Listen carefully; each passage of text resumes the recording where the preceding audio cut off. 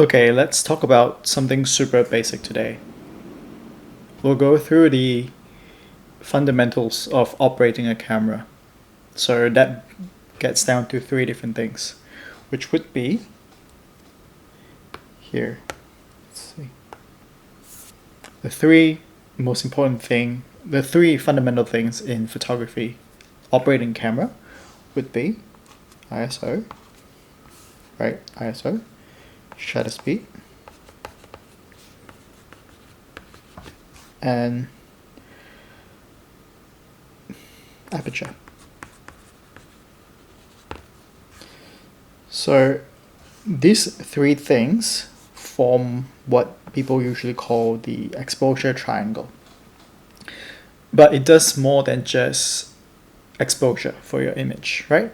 So each one of them do a slightly different thing, and with different combinations together, you get a image that you will like, that you want. So let's start from the basics. So let's start with ISO. Now, there is a very long and in-depth explanation as to whether you should use high ISO or low ISO, but today we'll keep it simple. We'll just use what ISO is and how you can use it, right? So ISO, essentially what it is just how sensitive your sensor is to light, available light. So for example, think about it as the exposure slider on your editing software. So usually base ISO starts around 100. So what this means is it's at its base ISO, so usually it has the least noise. So noise are those things that come up in your pictures when it's dark, or if you look into like shadow parts of your picture, you see like this digital square pixel dots that looks unpleasing for some time. So that's what you call noise, is those unpleasing square pixel dots in your shadow parts. So usually at that base ISO, it produces the least amount of noise. As you increase them, say to 1000, your image would look brighter, but you will also get a lot more noise in the shadows. So essentially what it's doing is it's increasing its sensitivity to light, right? So that's the simple way to explain ISO and what you really need to know about it. So why would anyone want to raise up the ISO if it doesn't look good? So that brings us to shutter speed, right? So shutter speed is basically, imagine this, right? Imagine that your shutter is a door. So imagine this is your sensor, right? And on top of the sensor, there is this door, right? So every time you click on your camera button, the door goes down and come back up. So that's what shutter is. It goes down and come back up. So it's exposing an image onto the sensor. So this is the sensor. So every time you press the button, the shutter goes up and down. So what shutter speed means, it just means how fast the shutter goes up and down, right? So shutter speed does two things. Number one, it changes the amount of light that gets into your sensor. So if you look at a quick shutter speed, so let's say 1/1000, this measurement, so the bigger the number here, the quicker the shutter is moving. So what happens when you have a big number is that the shutter goes really fast. It goes down and it goes up really quickly. So why would you need fast or slow shutter in your picture? So if let's say you want to freeze motion, let's say someone's playing tennis, right? Well, tennis, a ball is coming through, right? So in order to capture motion, like really fast motion, you would need something really quick. Essentially what it's doing, if you think about it, is you are burning an image onto your sensor, right? So how fast your shutter moves determines on how much you burn onto the sensor. Or another way you can think about it is So let's say you have got a party, right? And you've got a gate. The longer you open your gate, the more people can come in, right? So let's say if you do 1/1000, maybe the door only opens for one person per every 1,000 people. So for one person for 1,000 people, only one person gets to go in. So that's shutter speed. But if let's say you open for 1/5, right? So that means for every 5 people, one person gets to come in. This is just a simple way to understand shutter speed.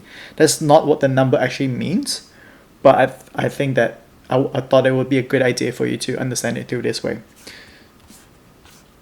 So that just means more people get to come in over time, but what you're sacrificing is the blurriness, right? So when you're choosing people, when you're more precise with the people you're choosing, you're getting a clearer picture, literally. So, especially when the subject is well lit and is bright, you don't need to open the shutter as long. So that brings us to the second point. So not only are you letting more light in, which is what I explained over here, but you're also freezing motion. So the longer you open the shutter, which means the slower your shutter speed, the more motion you're capturing because people are moving. So think about it like a movie, right? For movies, people are constantly moving around. You see everything because it's capturing 24 frames per second sidetrack, but that's part of it. But basically, you're letting in as many frames as you can so you get the full motion. But with picture, you're only capturing 1 frame. So the higher the shutter speed, the clearer it would look. But also, the higher the shutter speed, the darker it would look. So let's summarize what shutter speed does. It does 2 things, right? So it captures motion. So faster the speed, clearer, crisper the motion. And slower the shutter speed, the more motion you're gonna get. So you're gonna get blur. Like let's say if I'm doing it slow, it's okay, but if I do it fast, that's blur. That's motion. So the second thing is the amount of light, right? The amount of light you're letting in with your shutter. So when you open your shutter long, you let in more people. If you open your shutter a short time, then you let in less. So that's basically what it does. So it does 2 things. Now, in relation to ISO, why would you want a higher ISO? That comes when you are trying to raise your shutter speed, but you don't want motion blur, right? You don't want it to be too dark. So you ask your camera to be more sensitive.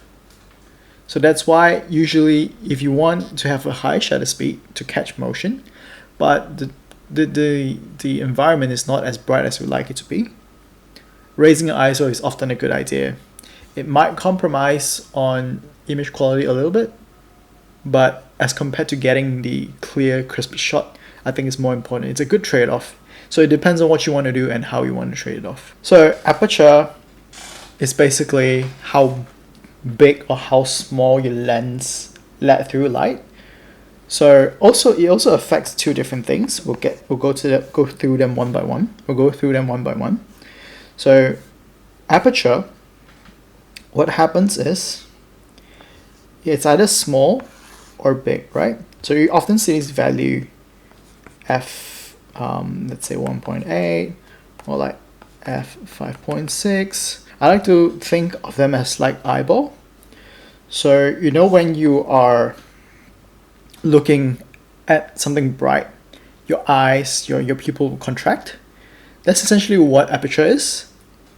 So when you have a lot of light coming in and you want it to expose properly, you want to close that down because you don't want as much light coming through to get the proper exposure. So that's why you get numbers like 5.6 or f8 or f11 or f16. That is the light part of it.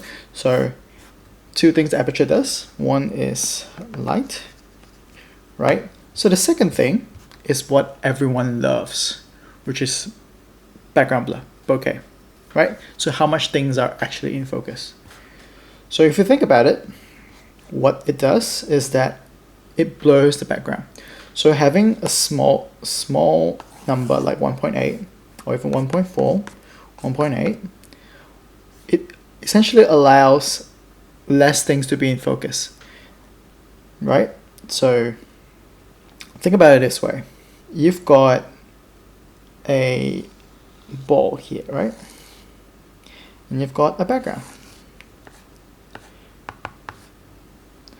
So if you focus on just the ball with a really small focus, you get more light, but you get less in focus because you probably won't be able to see most of what's behind the ball. You might make up something, but it's very unlikely for you to see a clear picture. That's why when you look at editorial photographies, they often are shoot f4 and above, most commonly f8, especially in studio lighting. The studio flashes strobes are so quick, so powerful and so quick that you are often able to get more in focus and gather the same amount of light, which is why I really like shooting in studios, right? So back to this, two different things. Aperture does two things. Once again, it controls the amount of light you're letting in, and it also helps you see what's in focus. So if you want more background blur, drop that number down to 2.8, 1.4, 1.8. You'll get a lot more things blur in the background while keeping one thing in focus. Similarly, if you want to less light in, or you want more things in focus, you crank that number up to f4, f8, f16, whatever. Basically, smaller the hole, more things are in focus. So what does this all mean when you put them all together? So let's quickly do a triangle, right? So we've got ISO here, we've got aperture, and we've got shutter speed. So how does this relate to each other? So let's keep one thing constant, right? So if you've got ISO set at 100 and you've got aperture set at 4, when you change your shutter speed, up or down, higher the shutter speed, you get less light, and lower shutter speed will get you more light. At the same time, you've got to consider less light, which brings you sharper image, right? Freeze motion. Lower shutter speed gets you more light, but it might be blurrier, and it will introduce motion. So that's what it does when you have higher or lower shutter speed, right? So now we're going to keep shutter speed at a constant. We'll move to aperture. So with a high aperture or low aperture, so high aperture value, so let's say f16 versus f1.8, right? So with a higher number, you get sharper image, more in focus, right?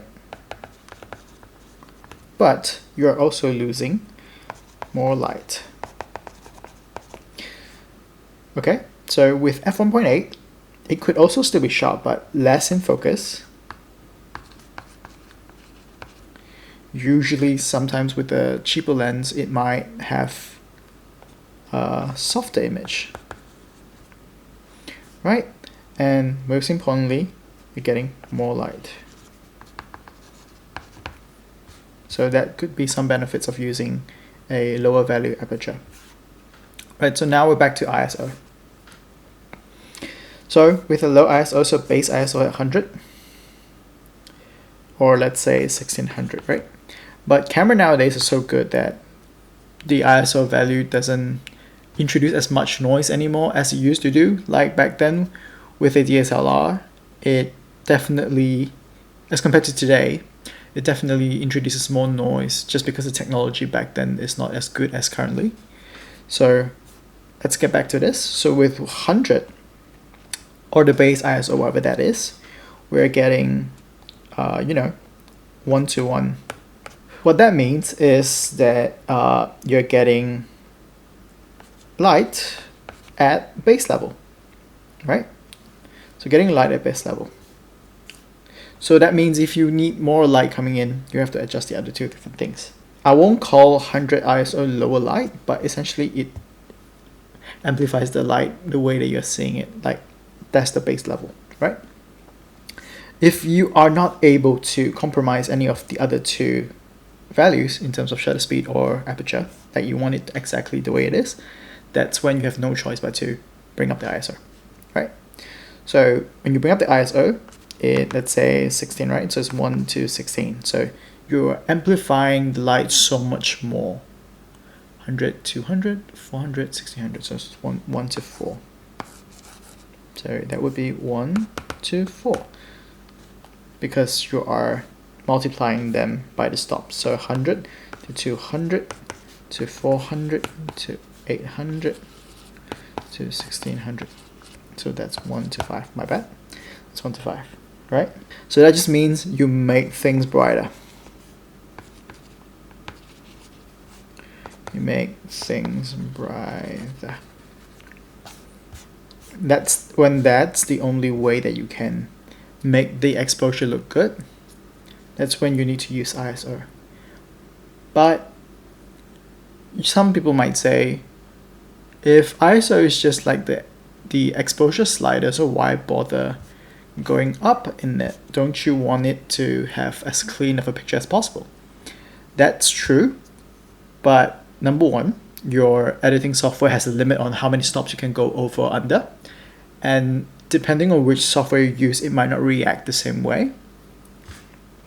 Also depends on the camera you're using, and the sensor quality, the lens quality, blah blah blah. All these things stack up for you to have a less usable image if you do underexpose it too much. So there is still some value to using a high ISO, especially when you're using a camera that has dual base ISO, something that's more common on high-end cameras. So you would have two different base ISOs. What that means is, for example, you start at 100 ISO, that's the base, and that's the cleanest image, right? So as you go up 200, 400, 800, you start seeing images introducing grain or like noise, right? But once you hit the second base ISO, for example 1600, suddenly the image clears up. So what essentially is happening is your sensor has two different sensitivity level. So that just means that you have another base ISO in the camera. It's more sensitive to light, essentially, without doing any digital input. With base ISO raising up numbers, so 100 to 200 to 400, what essentially the camera is doing is increasing its sensitivity digitally. It doesn't have that built in. So it would be similar to dragging the exposure setting. But with another base ISO, what happens is that it's as if the sensor itself has two different settings baked in. So 100 is a base ISO, 1600 is also a base ISO, which means that they can see the best at that level. So putting all these things together, you now know what you need to do in terms of exposure, sharpness, motion blur, clarity, all into these three triangles. This triangle of three things. And that's how you do it. So my advice to you right now is just to go out and explore, go out to shoot more, just to understand better how these three interact with each other. When you first start, I recommend you to just only change one thing, right? So keep your ISO at one level, maybe keep your f-stop at one level, and then experience and explore what shutter speed actually does to your image. You can try long shutter, you can try quick shutter to freeze motions, you can try long shutter to do like light painting, dragging around, things like that.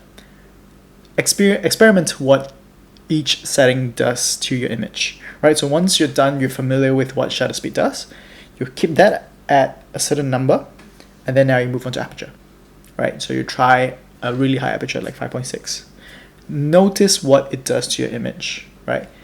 With a higher aperture, with higher value aperture, it brings more things in focus. It doesn't blur out the background as much. And then with a larger aperture, with a smaller number, you notice that things are all out of focus, but you also realize, it gets brighter. And then once you familiarize yourself with aperture, then you move on to ISO. So what happens in ISO, like how much you want to amplify the light. And again, that also ties in down to what you want to do with the other two variables, right? So experiment each variable individually until you are confident in knowing what each of them do. Then start to toy with two different variables at the same time. That's what I like to do typically. I don't really like touching my ISO. I like to control my shutter speed, and depending on how much I want in focus, I'll change my aperture. Then I'll see how the lighting situation goes. If there's enough light, great. If not, then maybe I'll consider touching my ISO. But yeah, that's pretty much it. If you like videos like this, let me know. Put them in the comments, and then I'll make more of the videos. Tell me what you want to watch next.